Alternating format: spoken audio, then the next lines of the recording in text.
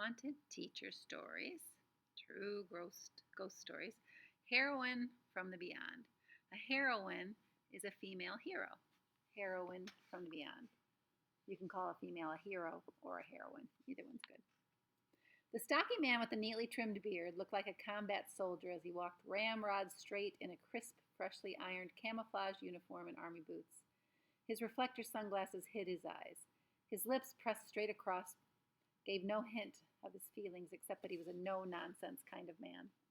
His companion, a woman whose brown hair was pulled back into a ponytail, was also dressed in the same camouflage outfit and army boots. She seemed ill at ease, but her eyes constantly darted back and forth. I'd be like, oh, look over here, look over here, look over here. Wiping her sweaty palms on the sides of her pant legs, she walked so close to the man that their shoulders touched. It was as if she sought his protection. They were marching down the hall of Oakville Elementary with grim-faced principal, Mrs. Marion Penny, and nervous school secretary Willow Elkins. The four of them headed into the cafeteria, where more than 100 students and teachers were waiting for a school bus safety demonstration to begin. With the three women standing off to the side, the stone-faced man strode to the front of the room and asked, "Is everyone here?" "They're all here," said Mrs. Penny in a strained voice. "Good." Then he whipped out a deadly-looking automatic pistol, a gun, from the back of his waist, held it over his head, and fired 5 rapid shots in the air. So imagine that. We're all called into an assembly, let's say in the gym, and then this guy walks in and has a gun and starts shooting into the ceiling. Very scary. The students and teachers were so stunned that for a full second after the final shot tore into the ceiling, the entire room remained silent. Then screams and cries of terror exploded like a thunderstorm. The man ripped off 5 more rounds in the air and then yelled, "Quiet!" Children covered their ears, whimpered, and dove into laps of each other and their teachers. The man flashed an evil smile. Then he took off his glasses and said, "Now that I have your attention, let me introduce myself. My name is Gary Gillis, and I am about to be the most wanted man in the country, and you are my captive audience, and I do mean captive." Gary Gillis first appeared in tiny Oakville, Wyoming 5 years earlier. He'd been hired as a security guard at the town's only factory, a maker of sports jackets. But people quickly grew to distrust him because he was such a gun freak. He had more weapons and rifles than the entire police department, and he was always disturbing neighbors by shooting target practice, even though it was illegal to use firearms within the city limits. He was fired after only about 4 months on the job because he had a habit of twirling his loaded gun in the presence of children. Yuck. He soon left town after he became a suspect in the accidental shooting of a hiker. The police released him because they didn't have enough evidence to charge him. "I've been harassed by everyone here in this burg," Gillis told his landlord. "I'm moving out of this dirtbag town, but someday I'll be back to leave my mark, a mark that will remain forever." Gillis worked at odd jobs around the state while his wife, Donna, a country singer who could barely carry a tune, tried in vain to build a career. And meanwhile, Gillis began plotting his revenge on Oakville. "Donna, I have it all figured out," he gleefully told his wife. "We're going to bleed the town of all its cash." "How, Gary?" "We'll seize the elementary school and hold everyone hostage. I'll demand that the police give us $2 million in unmarked bills and a helicopter to take us to safety in the mountains. If the cops try to mess with me, I'll blow up the school." "Oh, Gary, you're crazy." "Crazy and soon to be very rich. Are you in or out?" "Well, the bomb is just a threat, right? You're not really going to harm the children, as you say." "As long as the cops do what I say." "They wouldn't dare do anything foolish that could hurt the kids. Count me in, Gary." She doesn't sound very smart, does she? For months, Gillis read pamphlets from anti-government groups known as militias on how to build bombs. Then he gathered the supplies and set off several homemade test bombs in the countryside. Finally, it came time to carry out his vile kidnapping scheme.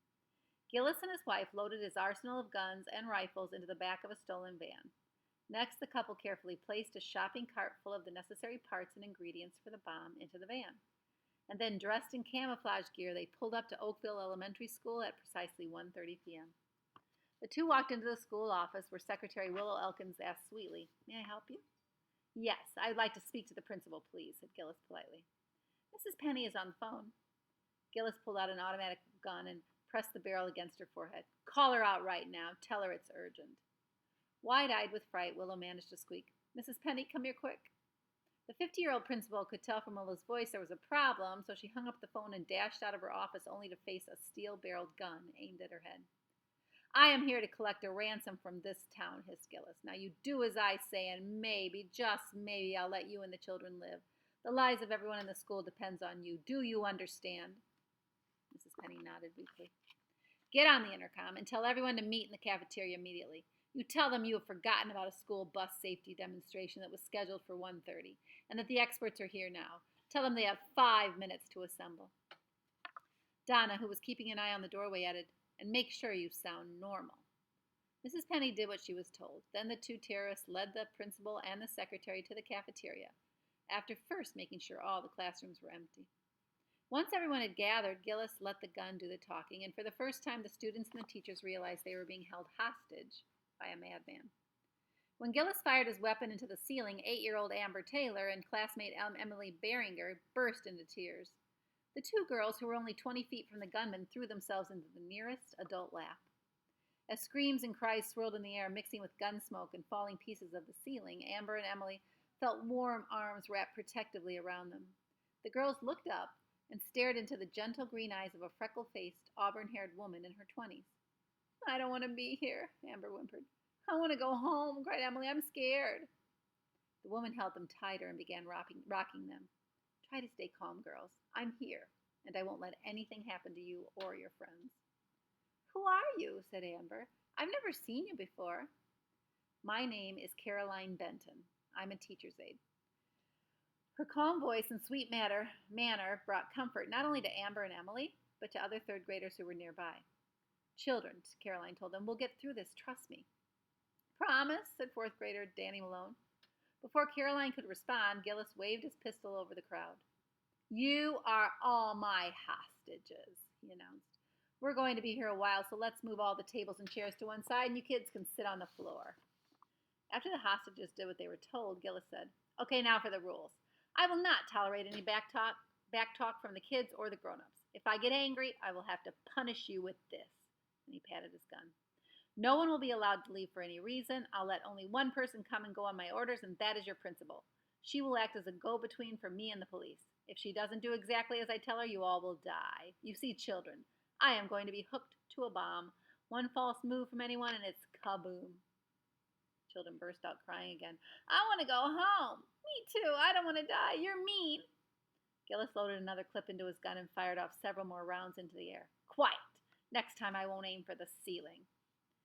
On his command, Donna left the cafeteria and returned moments later with the shopping cart that contained Gillis's homemade bomb. He gently slipped his hand into a looped string that was attached to the bomb. If anyone tried to jump him, all he had to do was jerk his wrist. The string would pull out the piece of wood that had been wedged into the clothespin, which acted as a trigger for the bomb. If the jaws of the clothespin snapped shut, 2 metal screws at the tips of the clothespin would touch, completing an electric circuit. Once that happened, the bomb would explode, killing everyone in the room, including the two kidnappers. Turning to Mrs. Penny, Gillis said, I want you to call the police. You tell them I'm armed and dangerous and I'm rigged to a bomb. I want $2 million in unmarked bills and a fully fueled helicopter with a pilot to take me and my wife out of here. The deadline is 4:30 p.m. Do you realize what you're doing psychologically to these children? Mrs. Penny said. They'll be scarred for life. Hey, they're bargaining chips, he replied. The faster I get the money and the chopper, the quicker this ordeal ends and no one gets hurt. Now move. In the crowd of squirming, whimpering children, Emily wiped her runny nose in the back of her trembling arm and told Caroline, He's a nasty man.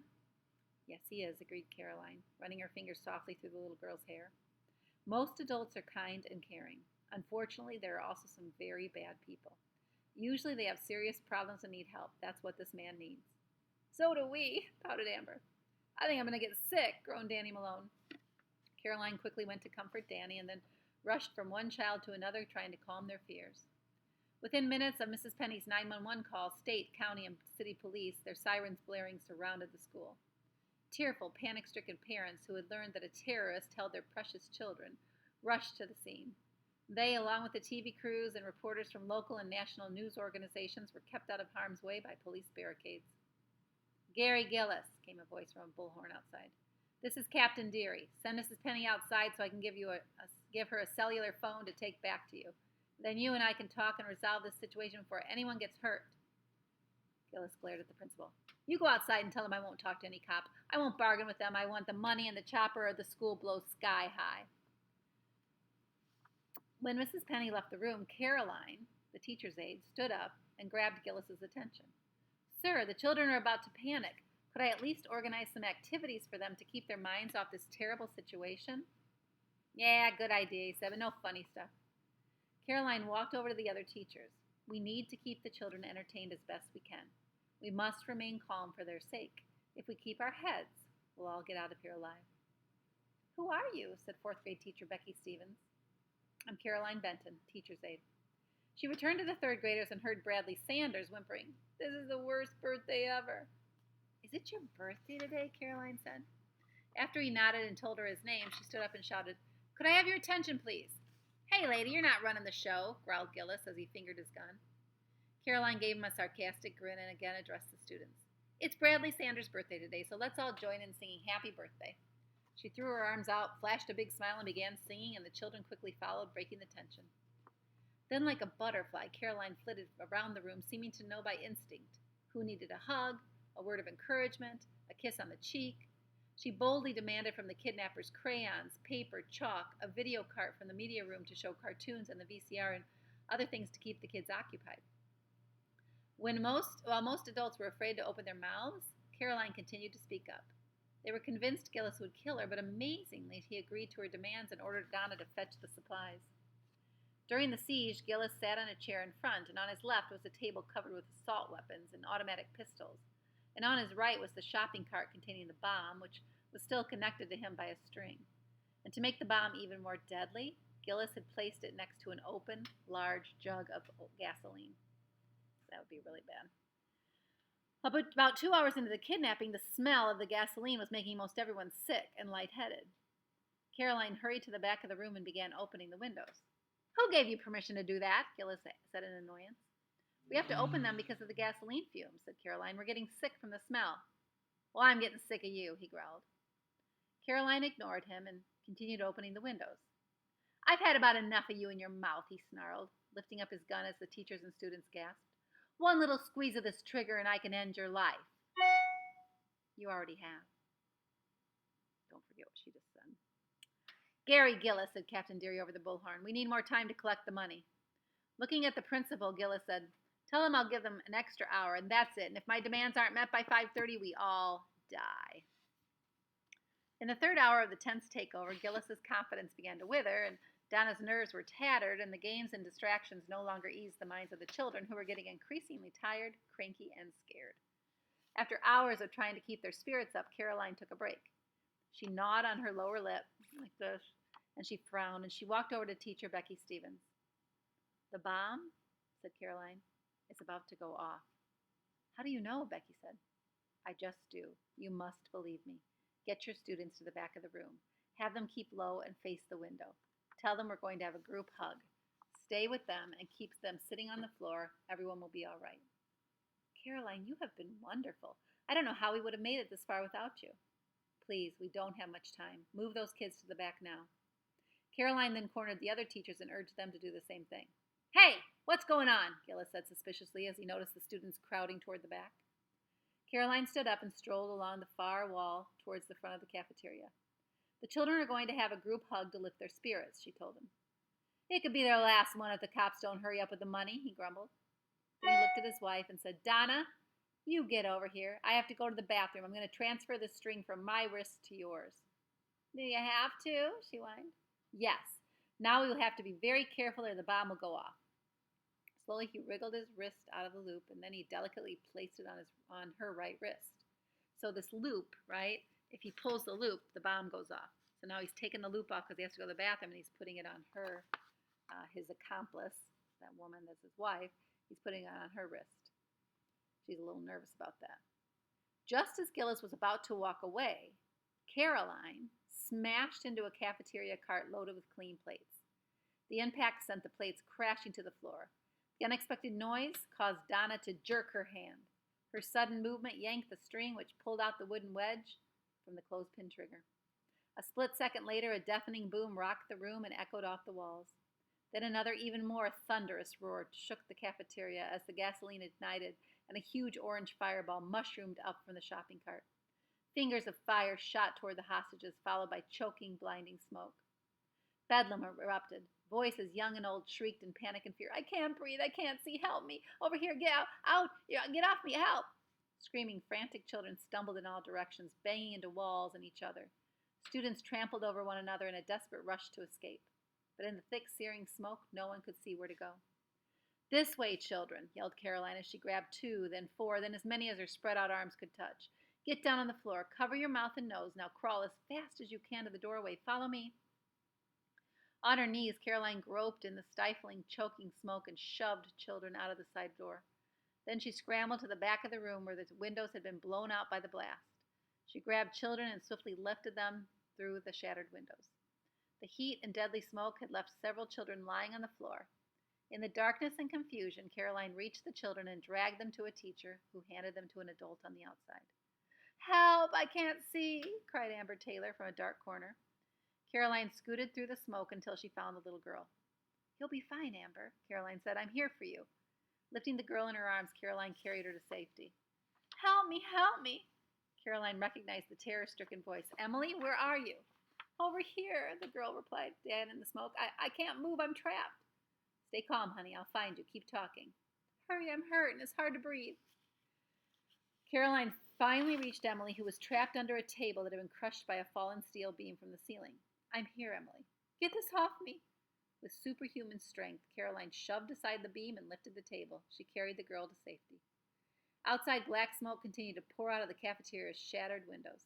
Hysterical parents broke through police lines to join rescue workers who were pulling children to safety. Wild-eyed students with soot-blackened faces, streaked white with tears, spilled out of the windows. Each small child raced to the nearest adult. They broke down sobbing as they embraced, even when they weren't related. Gee, said Bradley Sanders, I didn't even know so many people loved me. Teacher Becky Stevens, her face cut from the flying debris, carried dazed and bleeding children to waiting ambulances. Paramedics loaded slightly injured and shocked students into school buses and cars and rushed them to the emergency room. Firefighters soon doused the blaze and cleared the smoke out of the cafeteria. Everybody's out, Fire Chief Ike Lewis announced to Mrs. Penny, who had gathered with the teachers. We found only 2 bodies inside, the 2 kidnappers. Mrs. Penny clasped her hands together. No children were hurt or injured? That's right, ma'am, said the chief, just the 2 criminals. That's a miracle, Becky shouted. I'll say, Lewis said. It was a good thing the windows in the cafeteria were opened. That helped vent much of the bomb's explosive force. Well, Caroline Benton opened those windows right before the bomb went off, Becky told Mrs. Penny. Who is she? Said Mrs. Penny.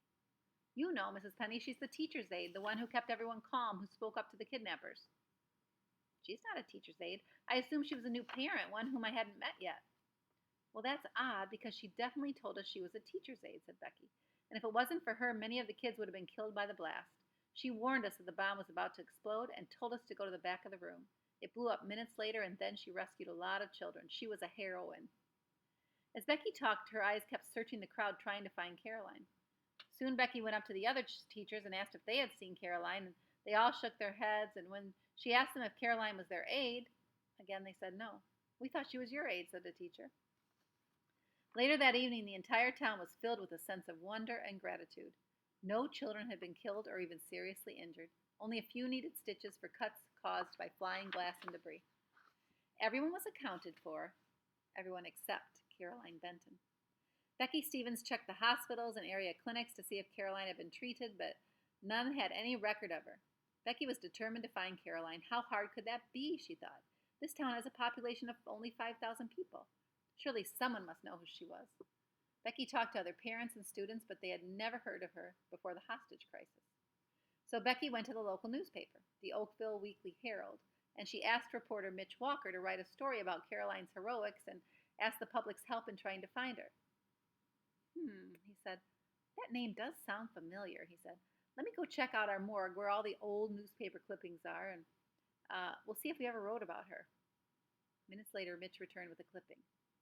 Well, I did find a story about a Caroline Benton. Well, that's terrific. Sorry, he said, it can't be the same one. Why is that? Here, read it for yourself. He handed her the clipping, dated years before. Hiker shot to death, victim of stray bullet from target practice. A 22-year-old woman who was visiting Oakville died from a gunshot wound last week near the base of Newberry Mountain. Police believe she was struck by a stray bullet from reckless target shooting in an area where guns are not allowed. Caroline Benton, who was studying for a master's degree in elementary education at the University of Wyoming, was hiking with out of town friends on Newberry Trail. Her friends told police they heard someone shooting at a metal target nearby when all of a sudden they saw Miss Benton fall down unconscious. They raced to the nearest phone and called for an ambulance, and Miss Benton was pronounced dead on arrival. An investigation revealed that a stray bullet hit a rock on the trail and split. A ricocheting bullet fragment struck Miss Benton, killing her instantly. Sheriff's deputies combed the area looking for the person who was illegally shooting that day. They questioned former security guard Gary Gillis, but he denied being in the area that day, and his wife Donna claimed he was at home at the time of the shooting. We will probably never know who did it, said Sheriff Matt Weisner. It was a tragic accident. We can only hope that the person who so recklessly was shooting near the hiking trail will come forward. Meanwhile, our investigation is continuing. Becky was so stunned by what she had read that she let the clipping slip out of her hand, and as it floated to the floor, she murmured, "This is astounding." "What is?" said the reporter. "The coincidences are staggering. This woman had the same name, apparently the same age, and same interests in elementary education as the Caroline Benton I'm looking for, and both met up with Gary Gillis. Now, what are the odds of that happening?" "My calculator doesn't have numbers that high," said Mitch. "You know, the police were absolutely convinced that Gillis did kill that woman by accident, but they simply couldn't prove it." "Wait a second," said Becky, her voice rising with excitement. "Caroline said something really odd during the kidnapping. When Gillis threatened to kill her, she said, 'You already have.' Remember when he said that? She said that. But she was interrupted when the police shouted something to Gillis, and I wonder what was the end of the sentence, or did she have more to say?" "I don't follow you, Becky." "Now here's another question for you, Mitch.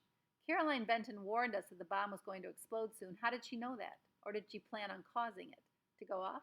And after she was sure the children were in the back, she knocked over a cart of plates that caused the kidnappers to jerk and set off the bomb. And she was no more than 10 feet away from the kidnappers, yet she wasn't killed, at least not in the cafeteria." "Now I see where you're coming from," said Mitch, "but if you're right, that means—" "If you're right, the heroine of the Oakville Elementary hostage crisis was the ghost of Caroline Benton." So she protected all those kids from that horrible man who had shot her long ago.